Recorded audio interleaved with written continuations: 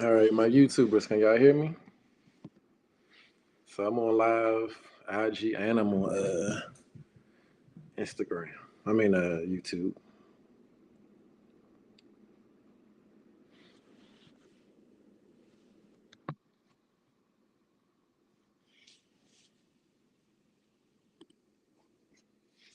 I'm gonna give it like 2 more minutes and I'm gonna get started. How's everybody Monday going?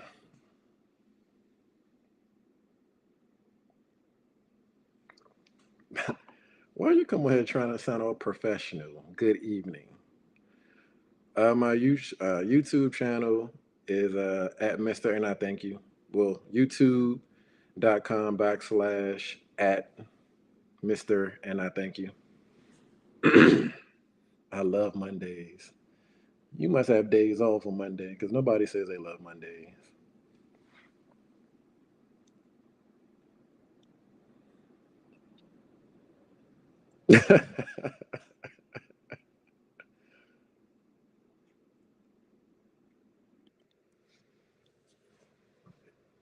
YouTube, can y'all hear me?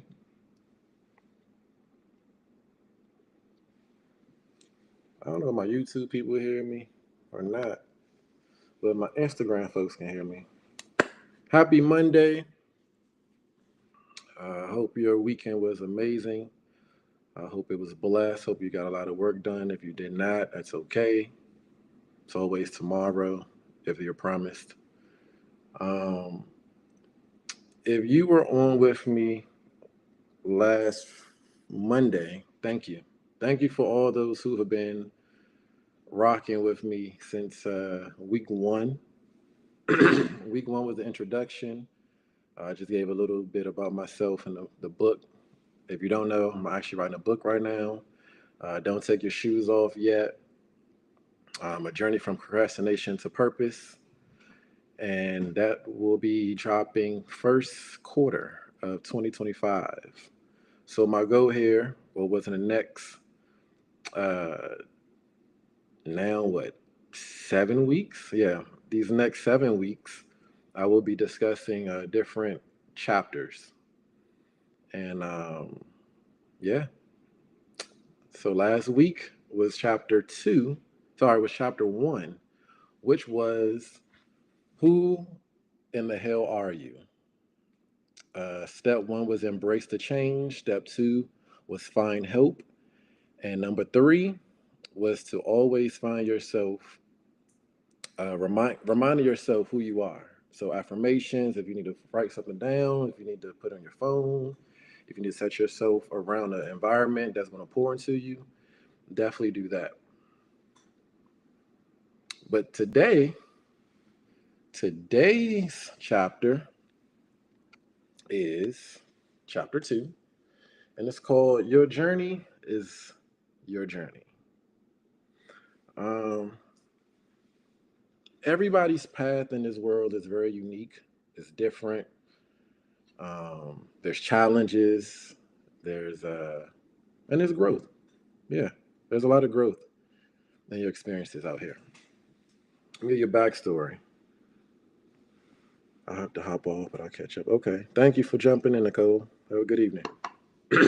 Backstory. When I was younger, I did not want to be a fireman, policeman, lawyer, doctor, uh, anything of that nature, right? I always wanted to be a entrepreneur. And you can kind of piece it to the fact that I was around entrepreneurs, or it was just something that I felt. It's a toss up. But I will say I was amongst a lot of entrepreneurs. My father, my uncles owned a business, a general contracting business. My mother, truth be told, I know y'all don't know her to really have a job, but she was working way back in the day. She had a franchise in Molly May, which I know is a cleaning service, but she also was a cosmetologist. She did hair, and she had her own clothing brand as well. So, yeah, I've been around entrepreneurs, but I've also been around creatives. A lot of my cousins are creative, whether it's singing, poetry, dancing, artsy, craft like. Have aunts that are very, they like to do renovations. My Aunt Wendy and my mother probably has renovated their houses over at least a billion times. So I've been amongst that my entire life. So last week I told y'all that my humble beginnings was in church and that I wanted to be like the pastors. I wanted to be the teacher. I wanted to be the teacher, do the teaching, and be the illustrator. I think the best way of that is to find people where they are and just simplifying life for them. So I had a heart for God's people at that time, and still do. So I had a heart to help then, growing up, and now I want to be an entrepreneur. So now, what does that look like for me? I wanted to have resource to help people. So now these coexist. One is to help people. One is to help people. One side is teaching. The other side is being resourceful. Now, also when I was growing up, my father had this office, and when you walked into his office, he had, so say you walk in the door, his desk is like right there, right in front of you. But behind him, he had two big fish tanks on each side. Very dope. Very dope. So he had that. He had a shower in his office bathroom. I remember even like we didn't even go to the barber shop much.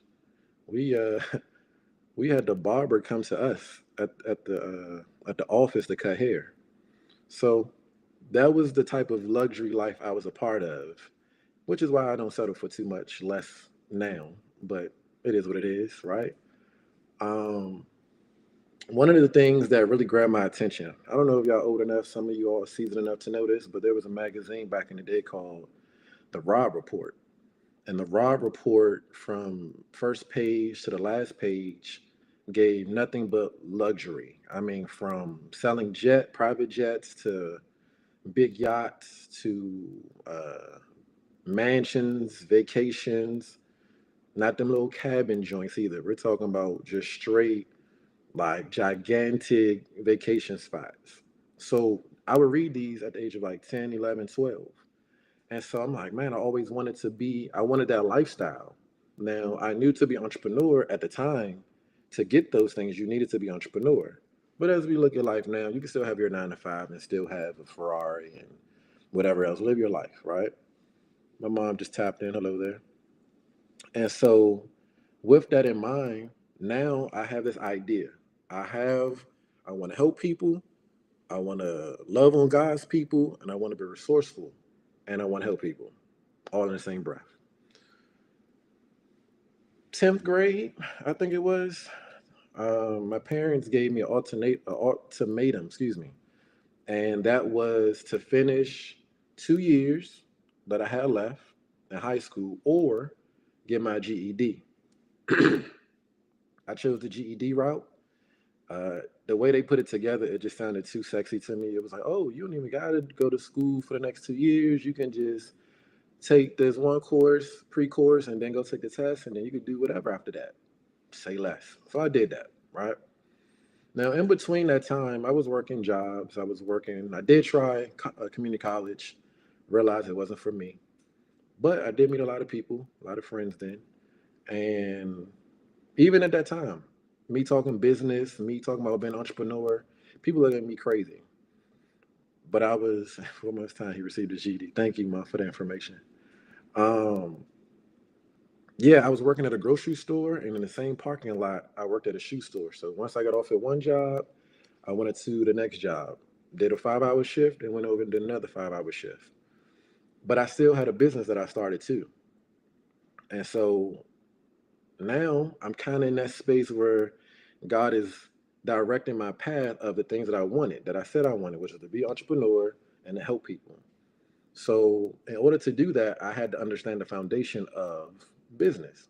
So now I'm cutting grass every 2 weekends, especially my parents' grass. I can't remember this lady's name. She was a neighbor, but she's giving me almost like $600 every time I cut her yard. Well, I was making $600 a month cutting her yard, and so that was an amazing feat. So now I'm learning business. I'm learning how to be uh, a business owner, shaking hands, being nice to people, all that. Even though I'm that outside of business, right? So Now I'm between the ages of like 15 and 17. I'm trying to get friends to understand, hey, let's start this business. Let's do business. Let's create something amazing and make money. But no one is rocking with me. Everybody's laughing. Everybody looking at me like I'm stupid. Everybody's looking at me like I'm crazy. Sorry, parents, but even they was looking at me like, "What are you talking about?" They were giving me the 3-step process: go to school, get a job, get a good education, which is amazing. I will never take that away. But what I felt inside was not that, right? So moving forward, I'm asking God to direct my path in this whole entrepreneurial life now. I end up moving, I told y'all last week, at 17 going on to 18, I moved to Georgia. So now I'm in this hard place to where no one's understanding me, no one's trying to rock with me, and no one is really getting me except for my spiritual mom, Teresa. Shout out to her. I'll give you where she comes into play all this in the story later on. But she's always been one of those people who just poured into me, said, hey, just keep going, keep trying, have fun. When it's time for your life to do what it's supposed to do, God will do it. Just keep having your fun and living your life. And in theory, it sounds amazing, but then eventually it's like, all right, I'm having too much fun and God's not moving. So somewhere, something has to transition. So that leads me to this very first step. I want y'all to write this down. If you listen, I really need you to write this down. The first step when I got to Georgia, whew, this is a it's a doozy. You have to sign up for God's life insurance policy. I'm gonna say it again. You have to sign up for God's life insurance policy when you're starting a journey in your life.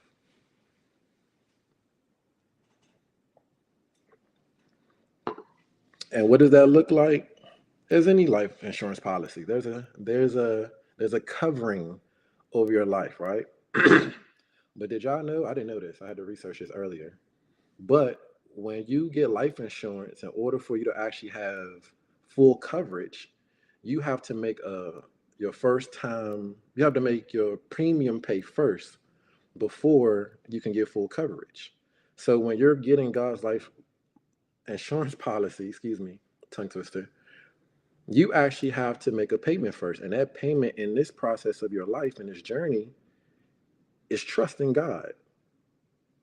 Trusting God is the very first step of all this in your journey, right? Yes. But the reason most of us are still in the same place, same spot, same whatever, is because your insurance policy is somewhere in money.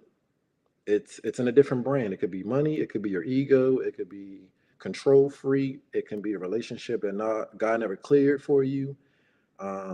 It could be a plethora of things, right? But I'll tell you this: you could save more than 15% on your insurance by switching over to God's life insurance policy because you're fully covered. No matter if he told you go left and you went right, you're still covered. He tell you go this and you go that way, you still covered. You go where you're not supposed to be, you're still covered. And so in this journey, I really had to trust God because I moved. God moved me. Let me say that I didn't move, but God moved me away from mom, dad, brother, nephew, best friend, family, everything. Everything I ever knew in Maryland, God has shifted me to Georgia at the time. So I had to trust him. So I ended up working this job. It was for 9 months. I was working at Jillian's, which is, I think, yeah, Dave and Buster's bought them out. Same scenario. But yeah. And I'm working there for 9 months. They got this new general manager to come in. His name was Chris. I never forget it. He hated us. But he came in and he just like swept the entire building with like a new Jillian's. Yeah, it was lit. He swept everybody with like a new list of people, a new brand of people, and I was one of them. So let me tell you what I did. I told you in this journey you have to trust God, right? I got fired. The same day I got fired, I worked at a mall. If y'all know what Jillian's is in Georgia or Sugarloaf, I worked at a mall. I ended up getting fired and I ended up going to another mall, which is Mall of Georgia. Now, I can't tell you at the time why I went from one mall to another. Some people may have retail therapy to where when they feeling sad or mad, they go shopping. I promise you that wasn't the case for me. I can't tell you I was there. But while I'm there, I still have our uniform was a white collared button up, khaki, black pants or whatever. And I had some dress shoes, excuse me. So I'm walking the mall and I see this lady. She's sitting by a kiosk in the middle of the mall, but she's in front of the store. It's almost like she's blocking the way. Excuse me. And I'm just like, this is odd. Why is this woman here? So as I'm walking, maybe like half a mile towards her, we lock eyes. I see her, she see me. She see me, I see her. And so by the time I got closer to her, she says to me, mind you, I got fired this day. She says to me, are you here for the job interview? And I said, yes, I am. I didn't know about it, but yes, I am here for the job interview. So she says, what position are you looking for? And I remember a few years back, I was working at Guess out in Virginia. This, mind you, when I say few years back, I mean I was like 16, 17 years old. And I remember the stock manager at the time was telling me, if you don't want to go do commission work, and when you're working on the floor in retail, you you have to get commission.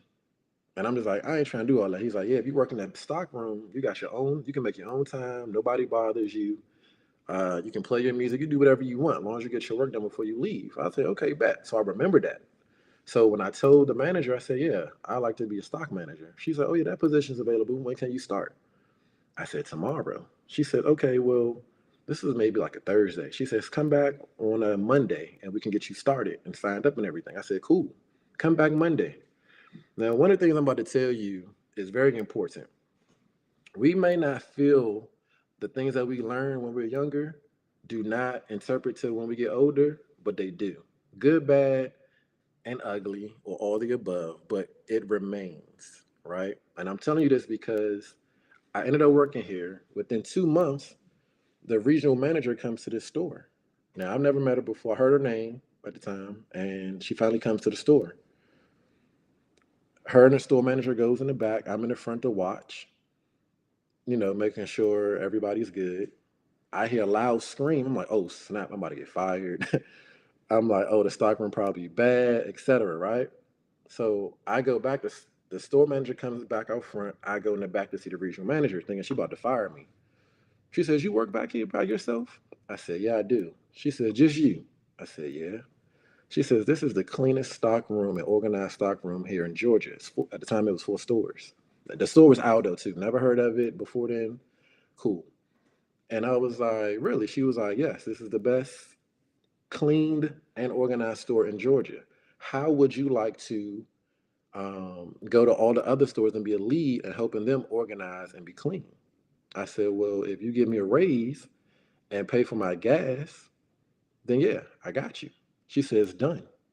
So not only did the old lessons from my mother and my family, who are very anal when it comes to cleaning, I knew she about to say something.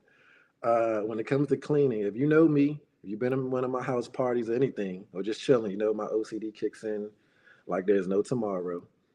And so that helped me get a raise at my job.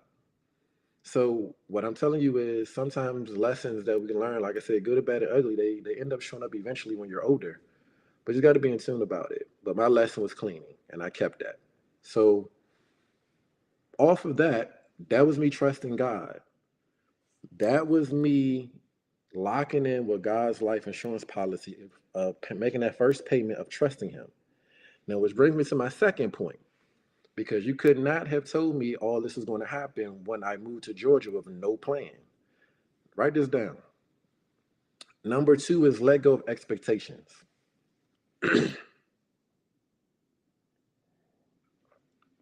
You have to let go of expectations because when you hold on to expectations, you miss out on the things that's supposed to be. And if I never took that road trip to Georgia, if I never took the time out to hear God, if I never took the time to trust God, yeah, I would never have gotten to the point of getting a raise and meeting new people, and all the other greatest things that were coming my way when I was living here in Georgia between the ages of 18 and 20. And man, yeah, when you let go of expectations, sky's the limit because it's not your journey. It is your journey. Let me get that right. It is your journey, but it's not you driving the wheel. It's you're allowing God to do it for you. And so after that, I'm gonna speed you up now to last year.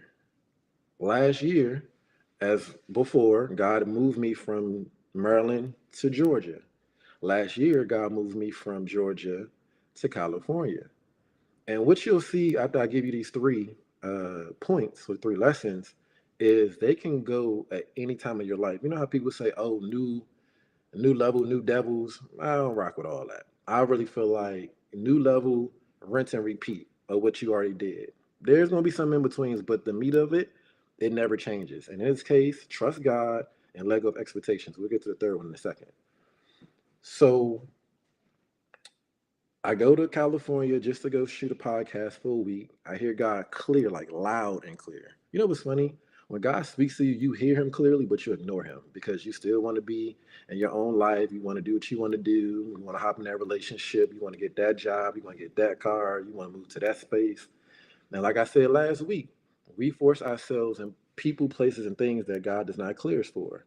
And this becomes a spiral conversation. And I'm telling you, don't do it. Reconsider, right? So I'm in California and I said, okay, God, I'll trust you, right?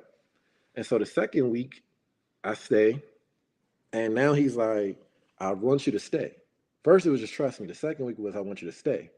So I'm like, what? You want me to stay in California? Now I'm like, for what? Like, I just came out here to shoot a podcast, an episode or two, and go back to Georgia. He's just like, no, trust me. I said, okay. So here we go again. So you know what's crazy? Y'all know this because y'all got insurance and y'all pay rent before. Every year or every time you renew your insurance or like your rent, what happens? It goes up, right? Right. So now the stakes is higher, the price is higher for now what I went through earlier on in my life. There's a bigger lesson involved in now the transition of what's happening. So now there's a spiritual transaction happening of what God is trying to do. Yeah, you're right. It goes up. So now the price of what God is requiring of me is going up. So now I'm in California, and the first week, I mean the second week that I'm there, I get a phone call from my spiritual mom. I told you I was going to bring this story back. She calls me. She says you wasn't even on my mind. She said she was washing dishes, and she said God told me to call you and tell you that your journey is your journey. I'm like, what? Mind you, I'm still over here flabbergasted. I'm still like in California living, right? I'm still trying to get past that conversation with God. And now you're throwing this in my face of your journey is your journey. I'm like, what does that even mean? And so life goes on, and I found out what it means, right?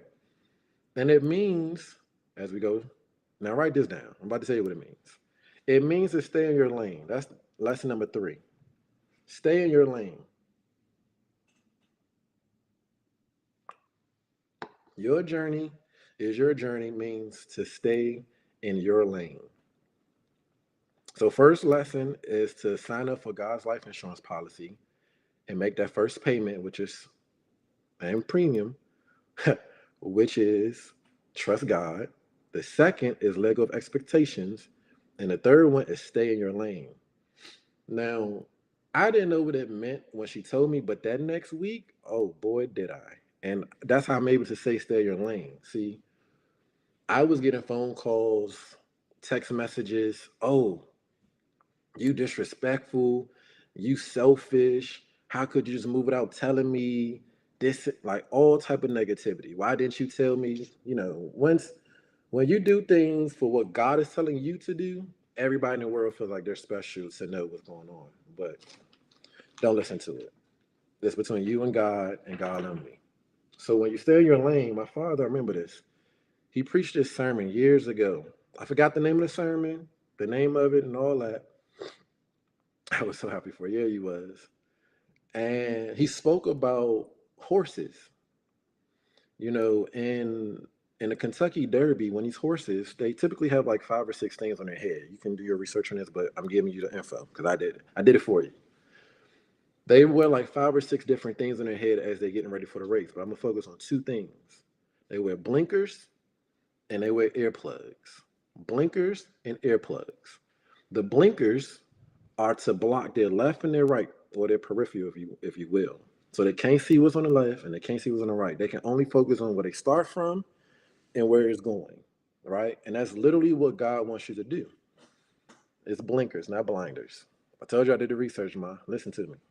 So, um, so God wants to take you from the finish line and take you to the end goal.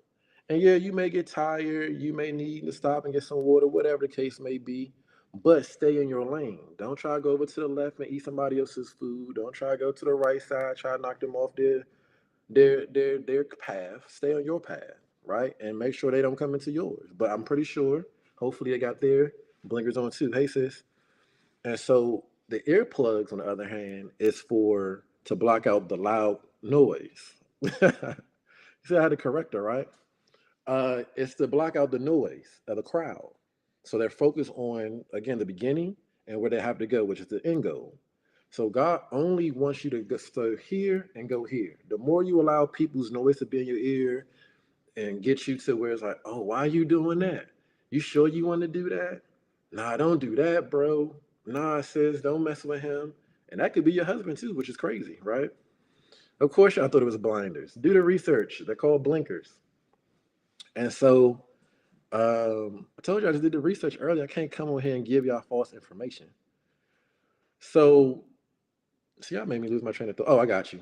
So you have to block out those people that's making too much noise in your ear and in your life. Again, you'll have people telling you that it's a crazy idea. For me, if you've known me for a long time, you know any move I've ever made from Maryland to Georgia, Georgia to California, it was never me. It was a God move. And when you have God on your side moving for you because you trusted him and you let go of expectations and you stayed in your lane, he'll clear your path the entire time. Yeah, there's going to be some obstacles because what's life without him? What's the testimony without him? What's the success story without it, right? But as long as you stay in your lane, all's going to work in your favor. And that's how I'm able to write this book, talk online, do these lives.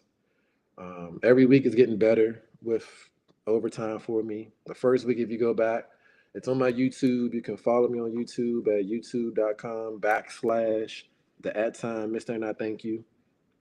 Um, again, I'm on, look, I'm on it right now, but I don't know if it's a recording. Uh, I'll find out later. But yeah, step one is what again? Maybe I was listening. What's step one? Anybody? Write it down in the chat.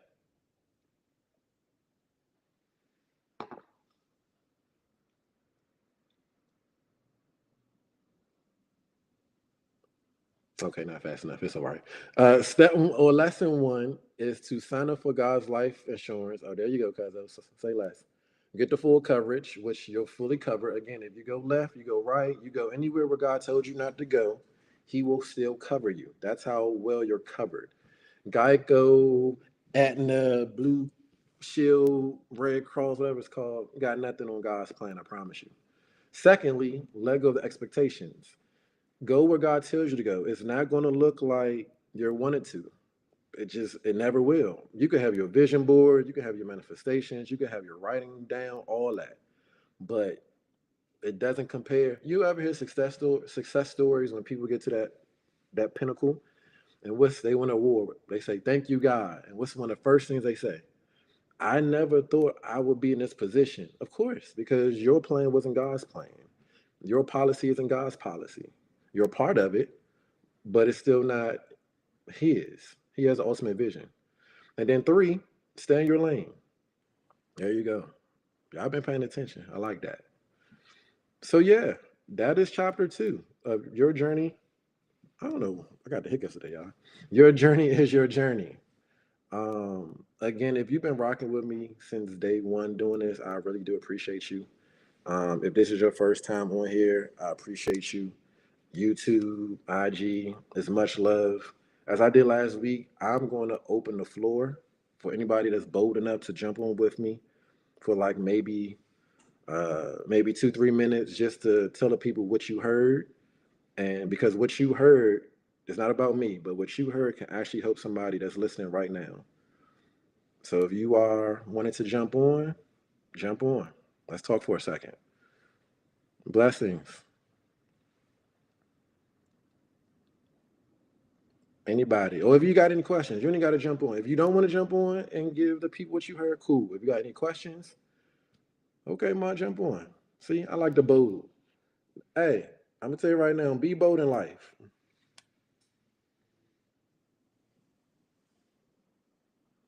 I'm going to request of my mother.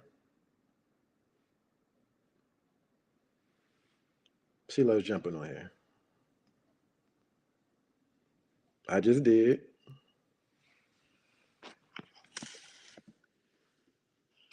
Hello. Hello, son. Hello, mother. Can you hear me? I can hear you. How are you? I'm good, and yourself? I'm excited for another. Hold on, your daddy's phone is up. All right, I'm so excited for you another week for you being very bold. And what I heard tonight, I heard you say about expectation, and I added to that. I was added to it in the comment. You heard me or not? I said other people's expectations of you. And sometimes that can cause us to be delayed what we're supposed to do for God because we listen to other people's expectations of us. And sometimes it can throw us off track of doing what we're supposed to do for God. I know for me that happened for me a lot in my life. The other people listen to what they say or what I should be doing or I shouldn't be doing. And so a lot of times it helped me back from doing what I'm supposed to do for God. So I'm just very proud of you. I'm waiting for that book. I'm so excited about that book. Don't take your shoes off yet. And many times I want to take my shoes off, or Lord Jesus. But I know that I can't.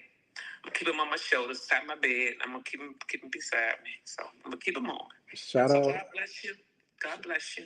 All right. Now find a way to hang up this time, because last time you're so silly. I don't know. Let me see. Let me see. I don't know. It should just have an X button up there. It didn't be you out. No, it just be you. There you go. Shout out my mother for y'all. Shout out my mother for jumping on. If there's anybody else who want to jump on and just talk about what you heard today, um, I'm here for it. We got a little bit of time. You got, like I said, you got a question. If you're just locking in, 3 points. The first lesson was to sign up for God's life insurance policy and get the full coverage, which just means you have to trust God. The second lesson um, is to let go of all expectations and allow God to order your steps.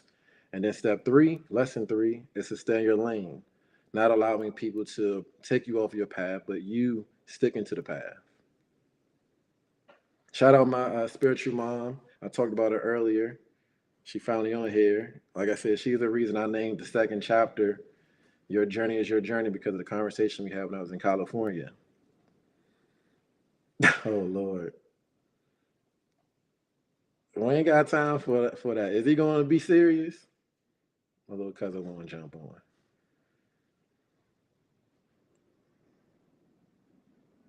But yeah, again, I just want to thank you all who's been rocking with me for the last 3 weeks. We have 7 more weeks to go. Um,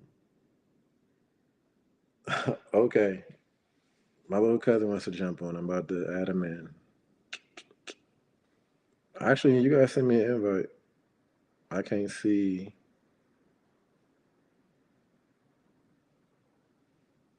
It doesn't allow me to add, so you got to add me in, and I can. I think it's my mom is still on the screen. But until that, we figure that out. Yeah, I just want to thank you all who've been with me for the last 3 weeks. And if you are liking what you hear, please like, um, follow me. Oh, there she go. Okay. Please share this with anybody you feel like who needs to hear it. I have it on my YouTube after this. I will save it. It will go straight to my page on Instagram, and it will go straight to my YouTube page. And I will put a link in my bio on Instagram. And here we go to my cousin.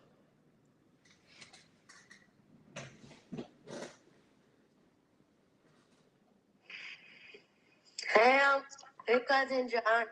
Hey, cousin, what's going on? Nothing. What did you hear today? I heard that you have to make sure that you listen to what God tells you, and that you make sure that you stay in your lane and don't let nobody else hurt you with their negative sayings. Okay. Okay. Are you a leader? Yes, How you know you're a leader? because I listen and follow directions. All the time. Mm-hmm. Okay. I'll let you have that. I'll let you have that. Okay. Well, I appreciate you for giving me your words. Train up the child, y'all. They will not depart from it. I appreciate you, Cuzzo, for joining in. Okay. All right. You have to press the X. Yes, press the X. That's what you have to do. There you have it. If there's anybody else, any questions, if you want to jump on, be bold. I got time for one more, and then we're gonna shut down. But whoever want to lock in with me, come on. Tell us what you heard today. If not, then that is the end of this session. But I'll give you like another 3 minutes, 2 minutes. Yeah, shout out for Cuzzo for listening. Shout out my shout out my spiritual coach. She doesn't like that word, I know. My guidance counselor.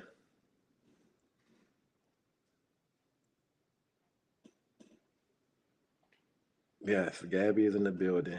She's an amazing woman. Amazing woman of God, if you will. But if that's anything, no more questions, no one wants to jump on. Again, I really do appreciate everybody that came on today. I hope what you heard today that you can apply to your life consistently. Again, step one is to what? Sign up for God's life insurance policy and get the full coverage. Two, block out all expectations and allow God to lead you. And number three, stay in your lane. Put your blinders on for you guys with your blinkers and put them earplugs in and block out all the negativity. Block out all the things that is not cohesive to what God is already showing you, telling you, and what He needs you to do. Because the moment you do anything outside of that, I'm telling you, your life is going to spiral. I told you last week, your health gonna be in question. Your hair gonna fall out. You feel like you're in the hospital all the time.